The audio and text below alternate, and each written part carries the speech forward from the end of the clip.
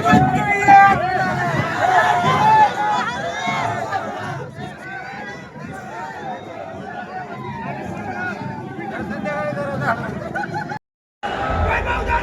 या उमेदवारी कार्यक्रमाच्या निमित्तानं खरं ज्यांच्यामुळे आपल्याला ही उमेदवारी मिळाली किंवा ज्यांचा आशीर्वाद घेऊन आपण आपली ही उमेदवारी करतोय ते या देशाचे राष्ट्रीय नेते आदरणीय शरदचंद्रजी पवार साहेब, आदरणीय राहुलजी गांधी साहेब, आदरणीय उद्धवजी ठाकरे साहेब, त्याच पद्धतीनं ज्यांनी आपल्यावरती विश्वास दाखवला, आपल्याला पुन्हा एकदा आपल्या जवळ घेतलं आणि विश्वासानं आपल्याला जी उमेदवार दिली ते आपल्या सर्वांचे नेते आदरणीय जयंत पाटील साहेब, आदरणीय सुप्रियाताई सुळे, ज्यांचा आशीर्वाद आपण घेतोय ते ज्येष्ठ नेते आदरणीय मोहनरावजी कदम साहेब, आदरणीय विश्वजित कदम साहेब, आदरणीय अरुणा लाड, आदरणीय सुमनताई पाटील, ज्यांनी उमेदवारी मागितली होती परंतु काही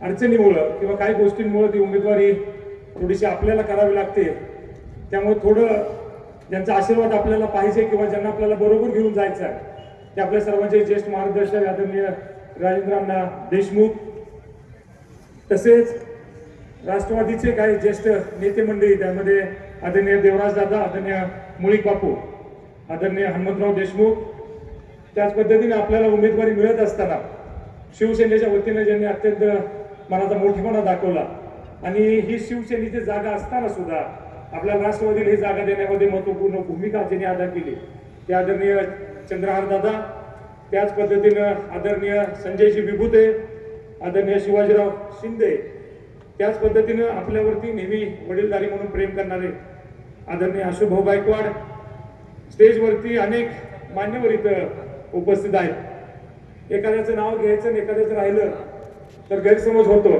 त्यामुळे उपस्थित सर्व मान्यवर, खरं तर ज्यांच्यामुळे आज मी इथं उभा आहे, ज्यांच्या संस्कारात मी वाढलो, त्या कैलासवासी हनुमंतराव साहेबांचा वारसा आणि वसा घेऊन काम करणारे आपल्या सर्वांचे नेते आदरणीय सदाशिवभाऊ पाटील उपस्थित असलेले, त्यांच्यावरती, आमच्यावरती आणि आपल्या सर्व संघटनेमध्ये काम करणारे तुम्ही संघटनेतले, ज्यांच्या जीवावरती, ज्यांच्या विश्वासावरती, ज्यांच्या प्रेमावरती ही निवडणूक आपण करणार आहे, तुम्ही उपस्थित कार्यकर्ते, बंधू भगिनी आणि युवक मित्रांनो, खरं पाहिलं तर विधानसभेचा उमेदवार होणं ते कालपर्यंत एबी फॉर्म मिळवतोपर्यंत बरं वाटत होतं, पण आज बोलताना इतकं मनावरती दडपण आहे. दडपण याच्यासाठी आहे की जी ही उमेदवारी ही महाविकास आघाडीने आपल्याला जी दिलेली आहे, महाविकास आघाडीने आपल्यावर विश्वास दाखवलेला आहे, महाविकास आघाडीने आपल्याला सांगितलं आहे की येत्या 23 तारखेला विजयाचा गुलाल महाविकास आघाडीचा उमेदवार म्हणून तुम्ही घ्यायचा आहे आणि त्यासाठी म्हणून तुम्ही सगळ्यांनी प्रयत्नपूर्वक काम करायचं. हे करत असताना आपल्या सगळ्यांची जबाबदारी वाढते. हे करत असताना तुम्हा आम्हा सर्वांना भविष्यकाळाचा वेध घ्यायच्या दृष्टिकोनाने काम करायचं आहे.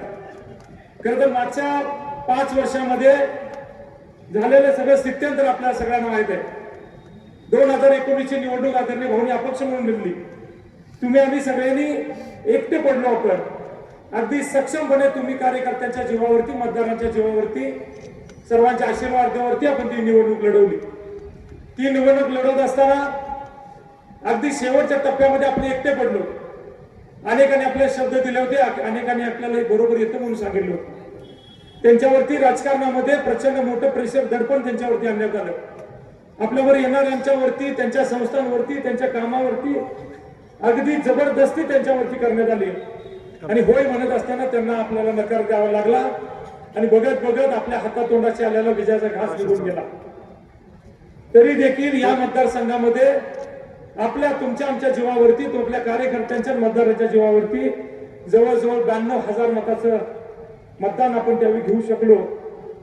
त्या पराभवानंतर एक शिकलो की ज्या क्षणाला पराभव झाला त्या क्षणाला पुन्हा बांधली की 92,000 लोकांसाठी का होऊन आपल्याला काम करायचं आहे आणि त्या क्षणापासून आपण कामाला लागलो आणि आज जवळजवळ या बोलतो या क्षणापर्यंत सातत्यानं तुमच्या बरोबर राहण्याचा, तुमच्या अडीअडचणीत तुमचा भाव होण्याचा, तुमच्या अडीअडचणीत तुमच्या बरोबर उभा राहण्याचा प्रयत्न मी केला. ते करत असताना अनेक कार्यकर्त्यांनी बळ दिले, अनेक कार्यकर्त्यांनी बरोबर राहायचा निर्धार केला. सत्य पुढे शांतपण चालत नाही, सत्य पुढे आपण थांबता येत नाही, अनेक कार्यकर्ते सोडून जातात. अशी परिस्थिती असताना मी अभिमानाने सांगतो, आपल्या बरोबर काम करणारा एकही कार्यकर्ता आपल्यापासून बाजूला गेला नाही. उलट या 5 वर्षामध्ये जे लांब गेलेले कार्यकर्ते ते जवळ आणण्याचा आपण प्रयत्न केला आहे. या कार्यकर्त्यांना आत्मविश्वास देण्याचा प्रयत्न केला, सगळ्यांना बरोबर ठेवण्याचा प्रयत्न केला.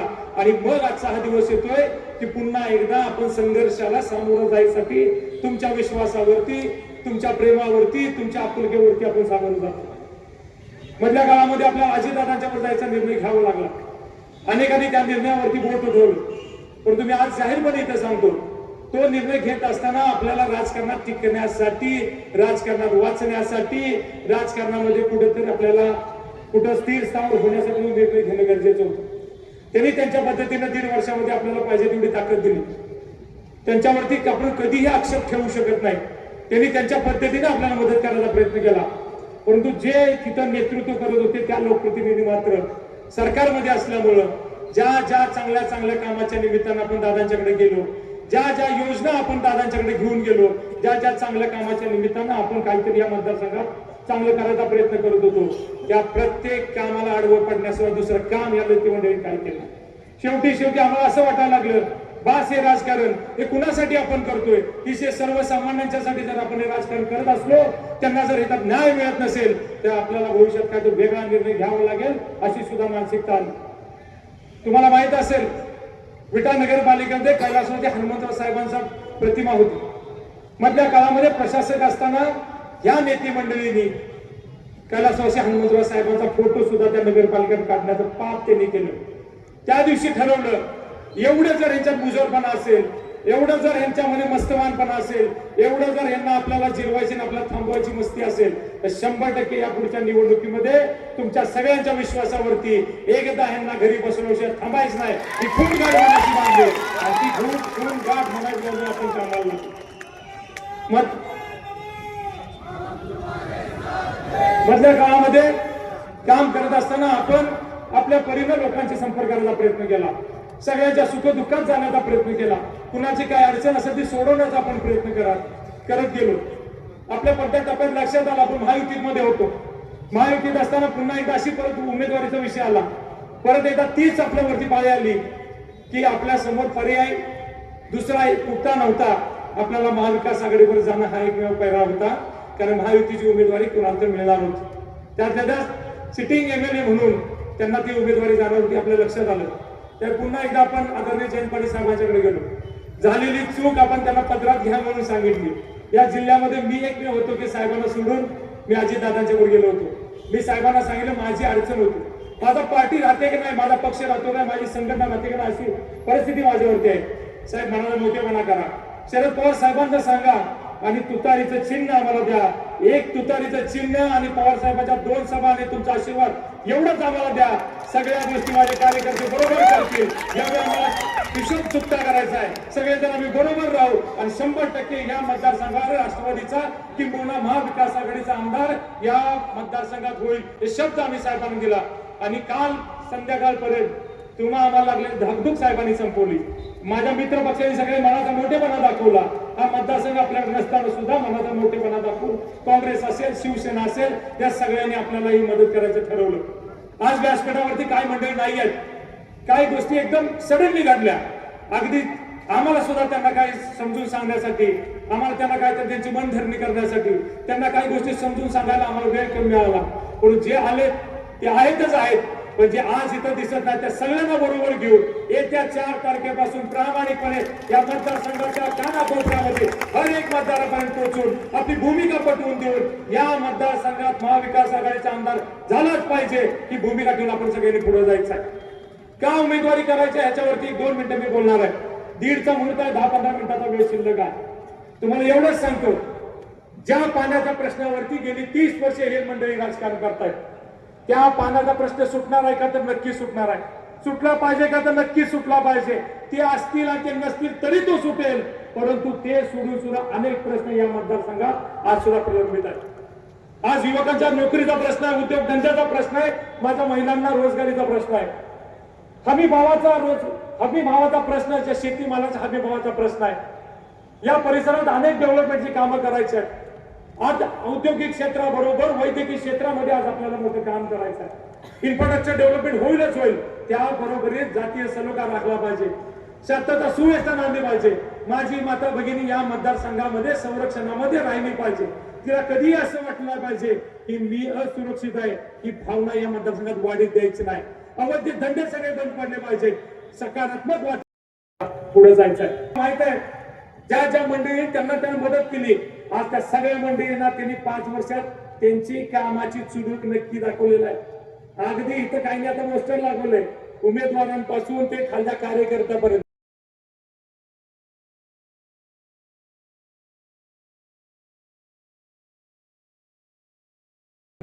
आज इथे उपस्थित जनसमुदाय फक्त 24 तासात आपल्याला वेळ मिळाला होता।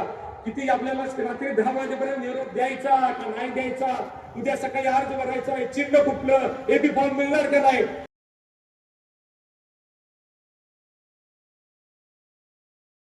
तुम्ही उपस्थित आहेत, माझ्या माता भगिनी उपस्थित आहेत। मी एवढंच या निमित्तानं सांगतो, या 23 तारखेला तुम्ही जर या विजयापर्यंत मला पोहोचवलं, मत तुम्ही का दिलं हा प्रश्न तुम्हाला कधी पडणार नाही। तुम्ही का मत दिला असं परतावा तुम्हाला होणार नाही। 100% तुम्हाला अभिमान वाटेल।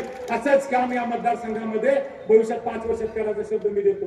मी माझ्या परीने माझ्या वडिलांच्या वर काम केलं। एका साध्या नाका कारकुनाला कलासोबत हनुमंतराव साहेबांना तुम्ही एकदा आमदार केलं, त्याच नाका कारकुनाच्या मुलाला 2 वेळा सदाशिव भाऊ पाटील यांना तुम्ही आमदार केलं। हात जोडून विनंती करतो, त्याच नाका कारकुन हनुमंतराव पाटील साहेबांच्या नातवाला एकदा आमदार करा, तुम्हाला अभिमान वाटेल। असेच काम या मतदारसंघात करून दाखवेल, तुझं मत वाया जाऊन देणार नाही हा शब्द या निमित्तानं तुम्हाला देतो। अनेक सभा गाजवायचे, अनेक काम करायचं आहे। आज फक्त उमेदवारी अर्ज करतोय, जबाबदारी दुपटीनं वाढणार आहे। आपण मागून उमेदवारी घेतलेली आहे, आपण भांडून उमेदवारी घेतलेली आहे। आपल्याला सगळ्यांची साथ मिळणारच आहे, पण प्रत्येकापर्यंत पोहोचलं पाहिजे। चिन्ह आपलं नवीन आहे, या मतदारसंघात पहिल्यांदाच तुतारी वाजवणारा माणूस हे चिन्ह घेऊन आपण लोकांच्या समोर जातोय। प्रत्येक मतदारापर्यंत आपण पोहोचूया, आपली भूमिका पटवून सांगूया। पवार साहेबांचं असेल, राहुलजींचं असेल, उद्धव ठाकरे साहेबांचं हे परिवर्तनाचं जे स्वप्न आहे महाराष्ट्रात, ते स्वप्न लोकांच्या पर्यंत आपण नेऊया। माझ्या बहिणींची जबाबदारी फार मोठी आहे। 1,500ला बोलायचं नाही, या भावासाठी तुम्हाला झटायचं आहे। तुम्ही सगळेजण माझ्या बरोबर आहे याची मला खात्री आहे। तुम्ही ठरवलं तर 100% पुरुषांपेक्षा 1 तर ज्यादा मत मला मिळेल। माझ्या माता भगिनी ठरवलं तर मिळेल, मला खात्री आहे। आणि नक्की तुम्ही माझ्या बरोबर आहात त्याची मला खात्री आहे। ज्येष्ठांचा आशीर्वाद मी घेणार आहे, युवकाची साथ मला पाहिजे, माझ्या माता भगिनी माझ्या बरोबर पाहिजेत। सगळ्यांनी तरुणाईनं ठरवून चांगल्या पद्धतीने आपण काम करूया। नक्की आपण विजयापर्यंत जाऊया। 23 तारखेला आपल्याला तुमच्या आमच्या स्वाभिमानात नेतृत्व म्हणून आपल्याला पुढे यायचं आहे। मला माझ्या स्वतःसाठी आमदार व्हायचं नाही, मला कुणाला थांबवायसाठी आमदार व्हायचं नाही। या मतदारसंघातली राहिलेली सगळी कामं जे कमी ते पुन्हा या मतदारसंघात आणण्यासाठी आपल्याला नेतृत्व करायचं आहे आणि त्याच्यासाठी आपल्याला पुढे जायचं आहे। म्हणून मी पोटतिडकीनं तुम्हाला सांगतोय, येणाऱ्या 25 दिवस काय देतील का, काय येईल का, थोडंसं आपण पाठीमागे आहोत। त्यांच्याकडे ऑलरेडी यंत्रणा सगळीच पोहोचलेली आहे। काय यंत्रणा ऍडव्हान्स मध्ये पोहोचलेली होती, आता निवडणूक आणखी यंत्रणा पोहोचलेल्या।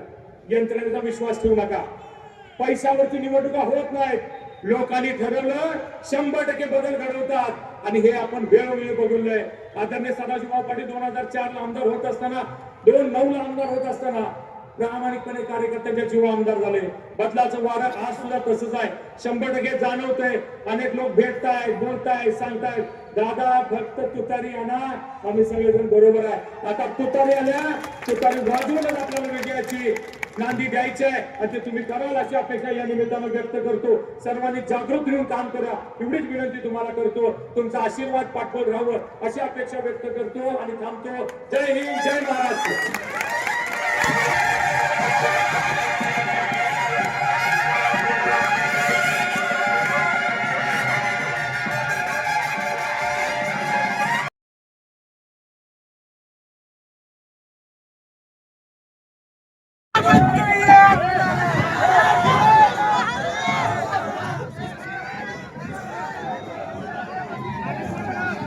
संध्याकाळी झाला